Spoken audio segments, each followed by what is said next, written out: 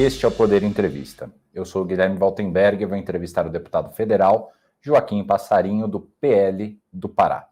Passarinho tem 61 anos, é arquiteto e está em seu terceiro mandato como deputado federal. É o presidente da Frente Parlamentar do Empreendedorismo. Antes foi vereador, deputado estadual e secretário de Obras no Pará. Deputado, obrigado pela entrevista. Obrigado pelo convite. E eu agradeço também a todos os web espectadores que assistem a este programa. Essa entrevista é realizada ao vivo no estúdio do Poder 360 em Brasília, em 9 de agosto de 2023. E para ficar sempre bem informado, inscreva-se no canal do Poder 360, ative as notificações e não perca nenhuma informação relevante. Eu começo a entrevista perguntando: deputado, o senhor é novo presidente da FPE e no passado a frente conseguiu algumas vitórias relevantes, como manter a desoneração na folha de pagamentos de 17 setores. Quais as prioridades da tua gestão? Primeiro, manter essa desoneração, né? Ela vence final desse ano, já há um projeto aprovado no Senado, encaminhado para a Câmara, renovando isso por 4 anos. Só desses 17 setores? Desses 17 setores. Essa é a primeira, vamos dizer, mais emergencial, cuidarmos disso. Agora, nós temos um projeto maior sobre esse tema, que é a desoneração completa da folha de pagamento para todos os setores. Foi algo que deu certo e é algo que nós pensamos de uma maneira muito ampla, de que por que se cobrar imposto de quem gera emprego no Brasil? Na hora que você dá uma carga de 20% em cima de uma folha de pagamento, você sobrecarrega esse empreendedor. Aí você dificulta melhores salários, porque isso pode ser revertido para o trabalhador. Se faz uma conta muito simples, você contrata uma pessoa por R$ 1.500, mas o seu custo final dela é R$ 3.000.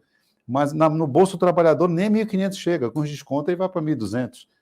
Então, assim, o trabalhador ganha R$ 1.200, o patrão paga R$ 3.000 e fica aí uma turma, um custo para esse Brasil, em cima de imposto, principalmente esse imposto em cima da folha. Então, nós achamos injusto cobrar imposto em cima da folha, e nós estamos tentando convencer o governo e a sociedade como um todo, de que não se deve cobrar imposto, assim como se cobra imposto para exportar.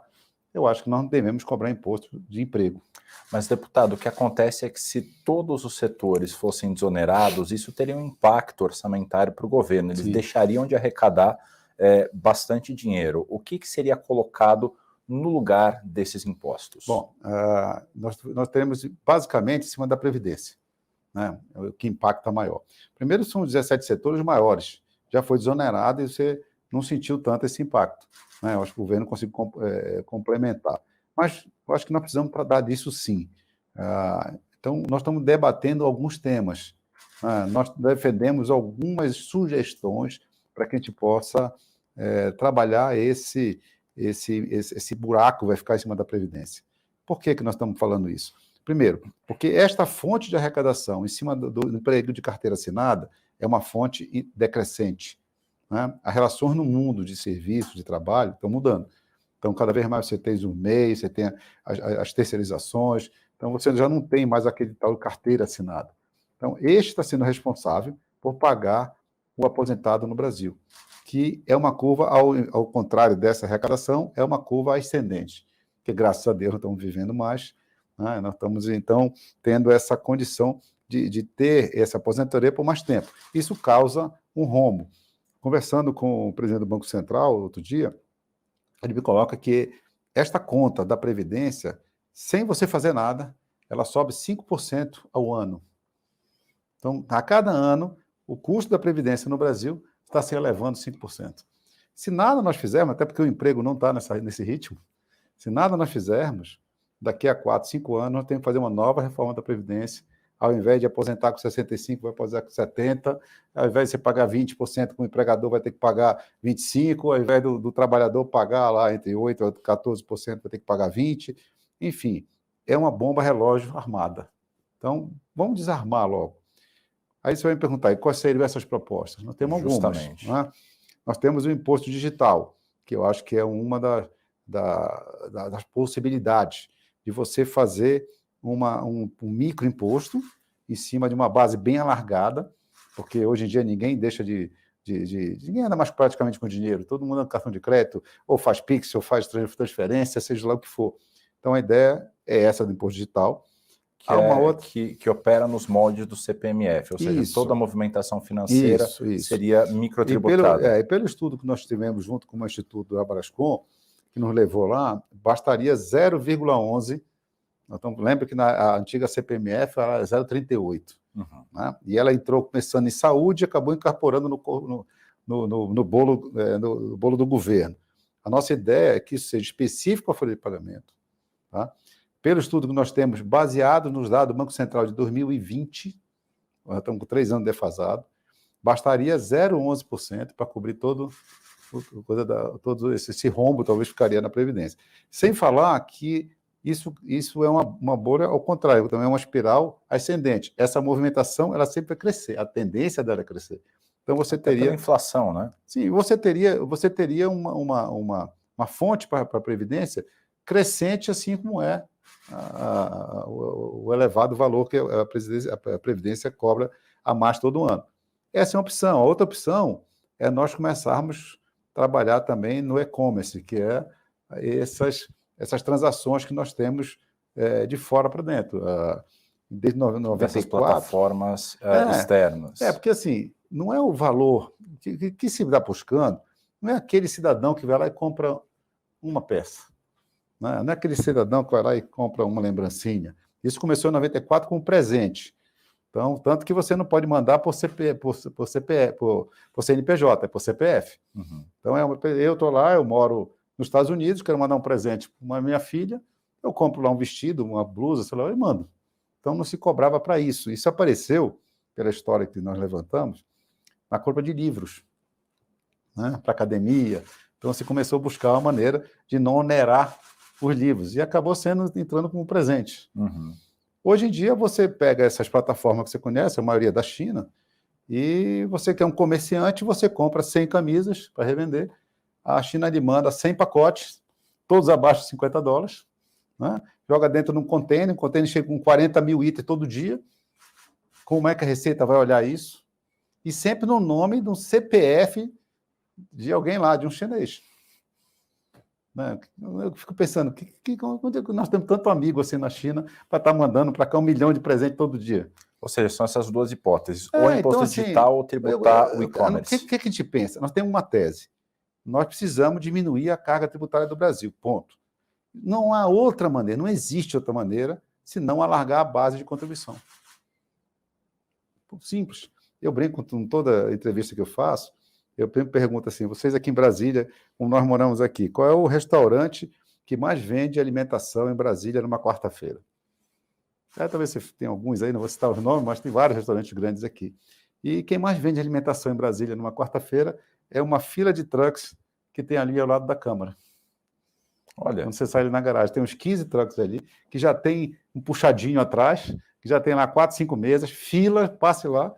Segundo o levantamento, chega a 4 mil alimentações por dia a fazer ali. Com que pagam de imposto?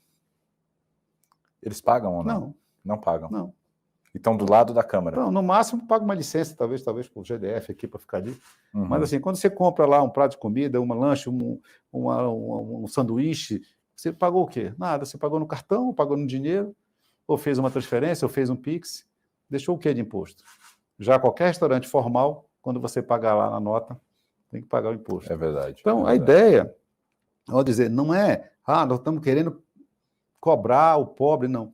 Nós estamos quebrando a indústria nacional. A hora que eu aceito importar tênis, sandália, roupa, tecido, abaixo de $50 sem cobrar, do jeito que está se fazendo, você está quebrando a indústria nacional.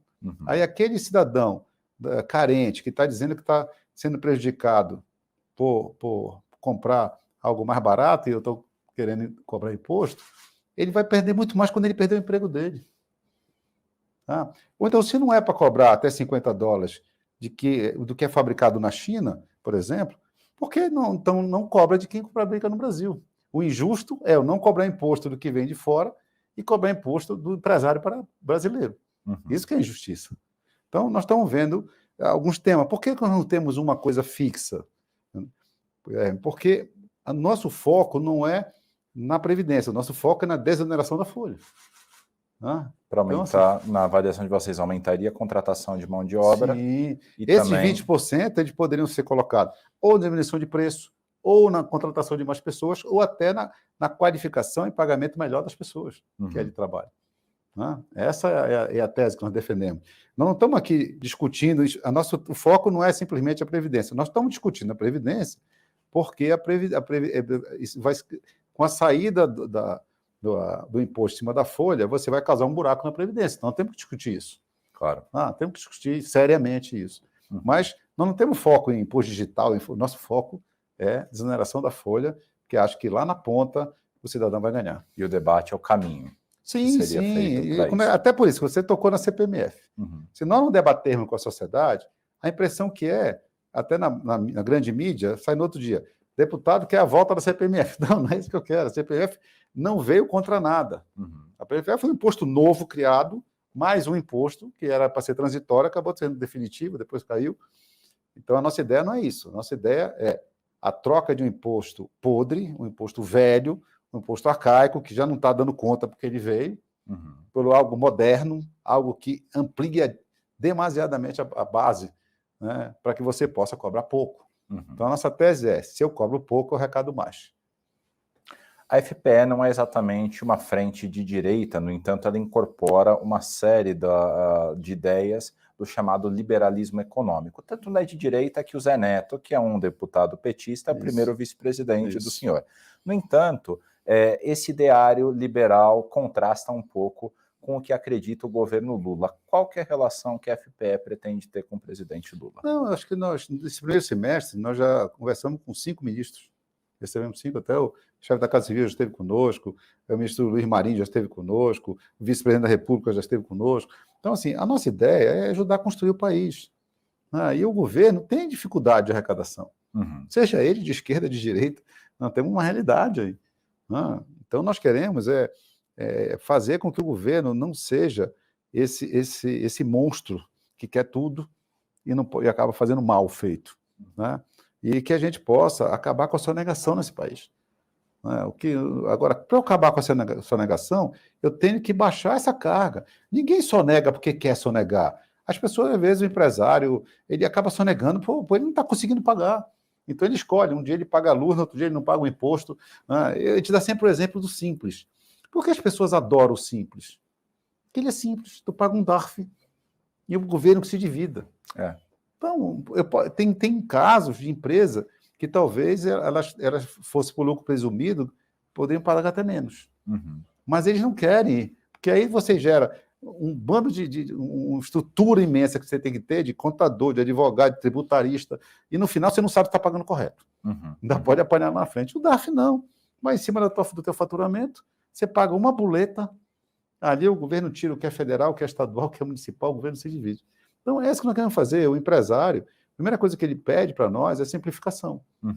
Então, um imposto digital, e incorporando todo esse processo que está fora, eu acho que o governo vai arrecadar mais, o governo vai conseguir fazer as suas promessas de campanha, né, sociais, e você consegue desonerar o povo brasileiro, e principalmente aquele que gera emprego, gera renda, que é a nossa economia, que é a nossa iniciativa privada.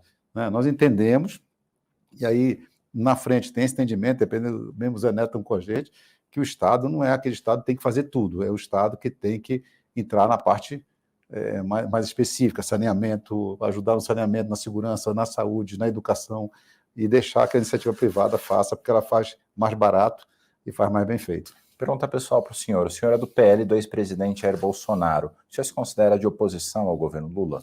Eu tenho minhas ideias, o partido com 90 deputados, não é um partido que não tem uma unidade, você tem pessoas ali que nunca nem subiram no palanque com o Bolsonaro, tem pessoas que subiram, eu subi, eu me considero oposição ao governo, mas não me considero oposição ao Brasil, eu não me considero, não vou virar a costa para um setor produtivo que é importante, não é porque eu não estou no governo, eu sou oposição, que eu vou trabalhar contra o governo.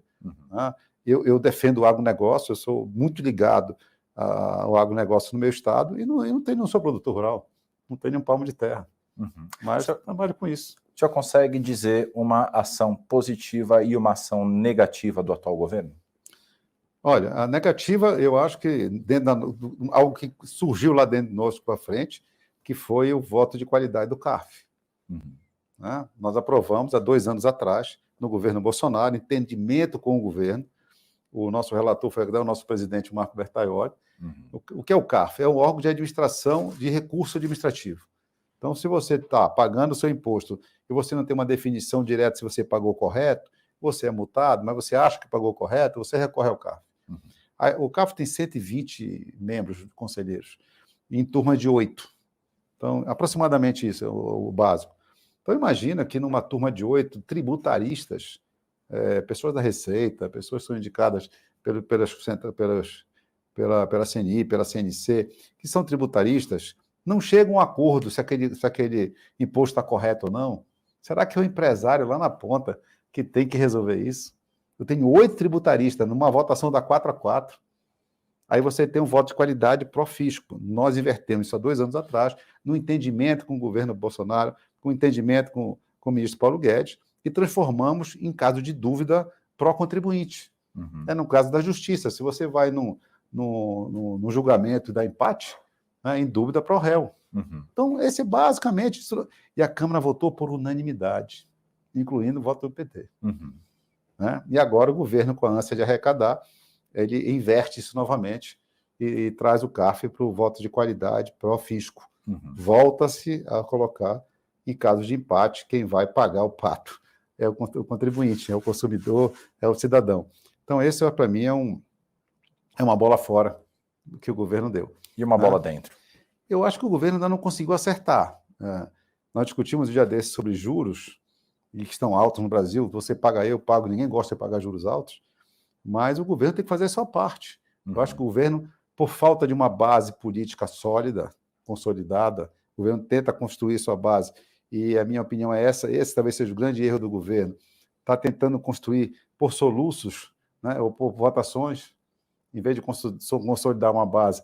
A cada votação, a cada intenção, ele vai lá e tenta construir. O governo não conseguiu fazer aí na reforma tributária, não conseguiu terminar a votação do arcabouço fiscal, não conseguiu nada. O governo até agora não entregou pronto nada, apenas boas intenções. E nós precisamos ter isso. O teto do gasto era algo difícil de aceitar, porque as pessoas precisavam de em algumas áreas, um gasto a mais, como educação e saúde, isso já era possível. Mas não ter nada, né? Não ter um teto, não ter uma noção. Nós estamos indo aí para uma possibilidade de 140 bilhões de déficit no ano. Esse primeiro semestre já fechou com quase 50 bi, saindo de 56 bi de positivo no ano passado, passa 46, 47 bi de prejuízo esse ano, de déficit. Quando você tem um déficit, significa que você gastou mais do que arrecadou. E se eu gastar mais do que arrecado, mais de 100 bi, o governo puxa esse dinheiro no mercado. Ele emite papel. Na hora que ele emite papel, ele aumenta a dívida pública. Na hora que ele aumenta a dívida pública, ele aumenta a inflação. Na hora que ele aumenta a inflação, o Banco Central, como remédio, vai lá e aumenta os juros. Ou seja, o governo quer baixar o juro, mas está fazendo tudo ao contrário.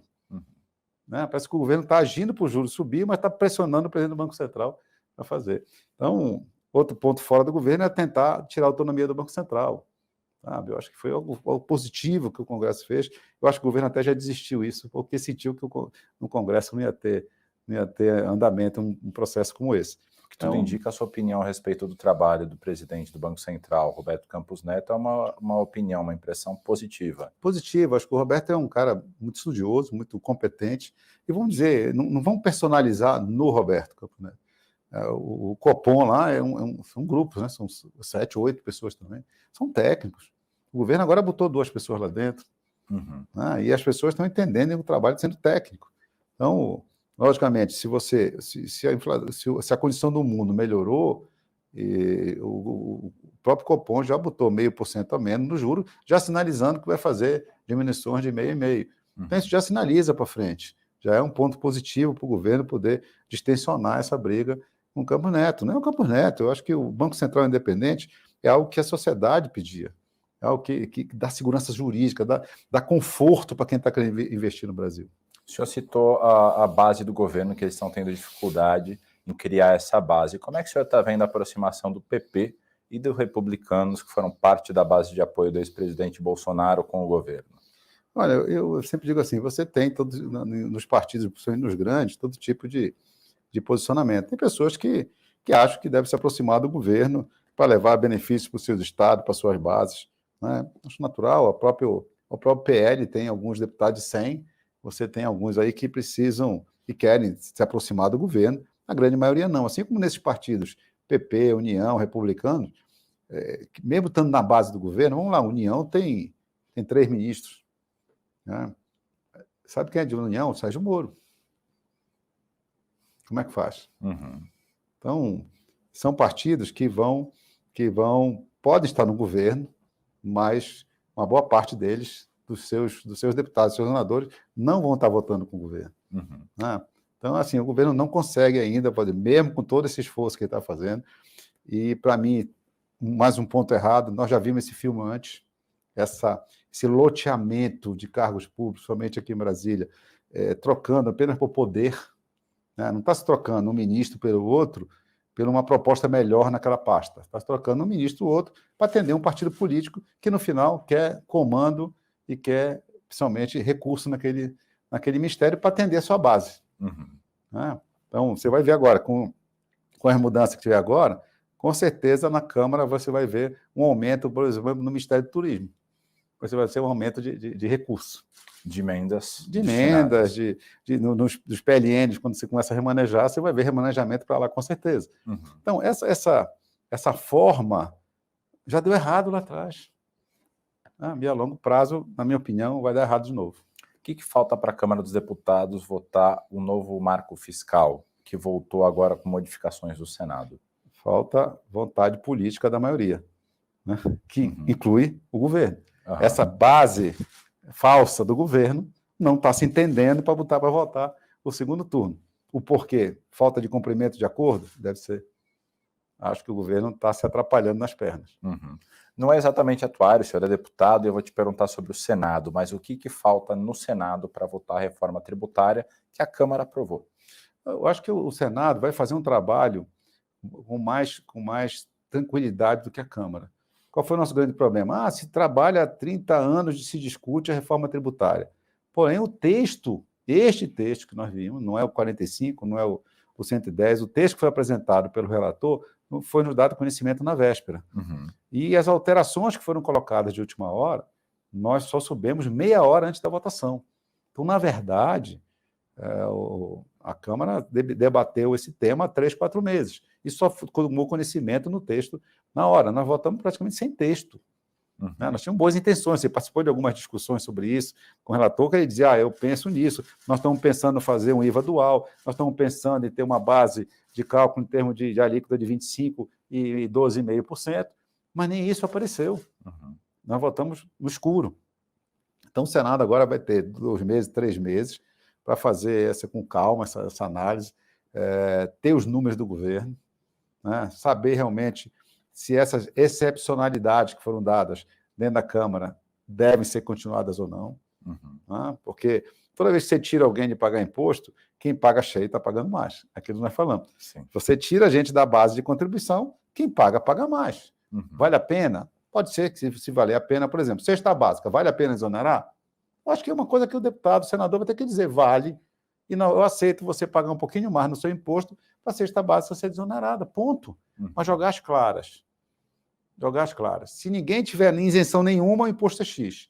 A cada isenção, a cada benefício que a gente dá para uma categoria, aumenta-se quem paga. Por isso que esta base, nós voltamos lá para trás, essa base, nós precisamos estender ela o máximo possível. Uhum. Né? Quanto mais extensa, quanto mais abrangente for a base de quem paga algum imposto, nós vamos poder cobrar menos de quem emprega, de quem produz nesse país. Seria até pedagógico, né? Mostrar que na medida que um ou outro setor é beneficiado, os outros acabam pagando por esse benefício, não é? Sim. Eu já fui vereador, né? Na época a gente já brincava com isso, porque todo mundo chega na época de eleição quer beneficiar uma categoria para não pagar ônibus. Uhum. Mas quem é que vai pagar? Quem paga cheio. Sim. Até porque até o trabalhador de carteira assinada, ele paga só 6% do vale transporte. Né? Mas quem paga a passagem cheia, que vai pagar a meia passagem, a gratuidade, é quem vai lá que paga a passagem cheia. E, normalmente, quem paga a passagem cheia é quem não tem a carteira assinada, é o economia informal. Então, você está sobrecarregando uma categoria, uma parte da população que não tem nenhum um abrigo formal de emprego. Então, é o que eu estou falando, né? Se você amplia a base, né, durante a pandemia, quando você lançou o auxílio emergencial, apareceram 36 milhões de brasileiros que estão na economia informal, que não estão no mercado, não estão contribuindo fiscalmente para o Brasil. Então, por que não trazer todo mundo para dentro? Na hora, quando a gente fala que o imposto digital, o Brasil vai ter que entrar nisso, seja agora, seja lá na frente. Porque a tendência é que o papel moeda acabe. Sim. Hoje em dia, se você quiser pagar alguma coisa em Brasília, você não consegue troco. Então, é difícil. O papel moeda está acabando. Então, as transações elas vão ser todas elas, com um sistema de informatização cada vez melhor, você consegue fazer uma arrecadação de todos, com muito mais precisão, com muito menos contencioso jurídico, né? Porque você tem a informação. Como é que eu vou meter 1 milhão e quero pagar sobre 100 mil? Não, você montou 1 milhão, você vai pagar 1 milhão. Né? Você conhece gente, todo mundo conhece aqui, gente que não paga imposto e tem uma vida social e financeira muito maior do que um assalariado, por exemplo. Porque você taxar, é muito fácil você taxar a nota fiscal e taxar o salário. Fácil fazer isso. Que é muito controlado, né? Muito controlado. Então, acho que você tem que acabar com isso, né? Por que o Brasil criou? Por que a minha fonte de arrecadação é o rodapé da nota fiscal? Aí tu entra naquele assunto, tu vai num profissional liberal e pergunta quanto é. Ele vai te dizer com nota ou sem nota. Não é evasão fiscal?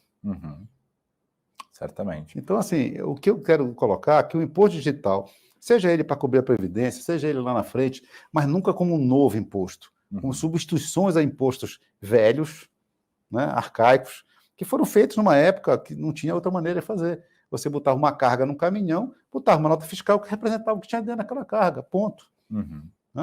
Vamos dizer, hoje em dia você chega um container de fora, ou vindo de São Paulo para cá, com 40 mil itens dentro, tudo etiquetado, com código de barra. Como é que você vai olhar, abrir 40 mil caixinhas para ver o que tem dentro? Né? Mas você movimentou uma quantidade de valor. Né? Um profissional liberal que esteja lá no seu escritório, no seu consultório, seja o que for, se ele tirou 100 mil de nota e movimentou 300 mil, por que ele vai pagar sobre 100 mil? Ele tem que pagar sobre a movimentação financeira dele, que foi 300 mil. Então, assim, não tem, a nota ela é apenas uma garantia do produto e não a fonte de arrecadação. Sim. Essa que é a nossa ideia. Agora, é uma ideia que você tem que mexer na cabeça, principalmente do fisco brasileiro. Né? A Receita não gosta de falar nisso, os fiscos estaduais não gostam de falar nisso, eles querem manter as coisas como estão. Então, nós precisamos de entrevistas como essa, precisamos de vocês num debate como esse, para a gente botar as pessoas para refletir. O que a gente está pedindo é uma reflexão das pessoas. Né? Não adianta a gente querer impor uma mudança dessa na marra. Nós temos que ser um trabalho de convencimento. Deputado, a gente está chegando ao fim da nossa entrevista, mas dá tempo de uma última pergunta. O senhor vem de um clã político relevante, o senhor é sobrinho do ex-ministro da época da ditadura militar e ex-senador Jarbas Passarinho. Qual foi a relevância da tua família, do teu tio, na tua formação política? Olha, a maior relevância na minha formação política é a minha formação moral e ética. Eu comecei como vereador, fazer 40 anos, depois no final desse mandato eu completo 40 anos de vida pública, tendo passado 2 vezes na Secretaria de Obras do Estado do Pará, com mais de 1000 licitações feitas, com 10 eleições feitas, prestação de contas todas aprovadas, nunca respondi um processo na minha vida. Muita sorte também. Né? Eu consegui passar esses 40 anos, ainda 37 para 38, 40 ao final do mandato, sem nunca ter sido considerado réu em processo algum. Não é assim que eu não fui condenado. Eu nunca respondi um processo, eu nunca precisei sentar na frente de um juiz para conversar alguma coisa. Então, essa formação ética e moral foi a maior lição que eu tive da minha família. Aí diz assim, mas o teu tio era da ditadura militar, eu nasci em final de 61. Né? Quando aconteceu tudo isso, eu nem falava em política. Eu entrei na política quando meu tio saiu, quando ele fez uma derrota em 82. Isso doeu muito porque ele era um exemplo para nós Isso não doeu, fazia faculdade ainda, entrei no Centro Acadêmico de Arquitetura. E vim fazendo política lá para cá. Eu não entrei na época do regime militar. Eu não comecei a fazer política baseado na força do meu tio.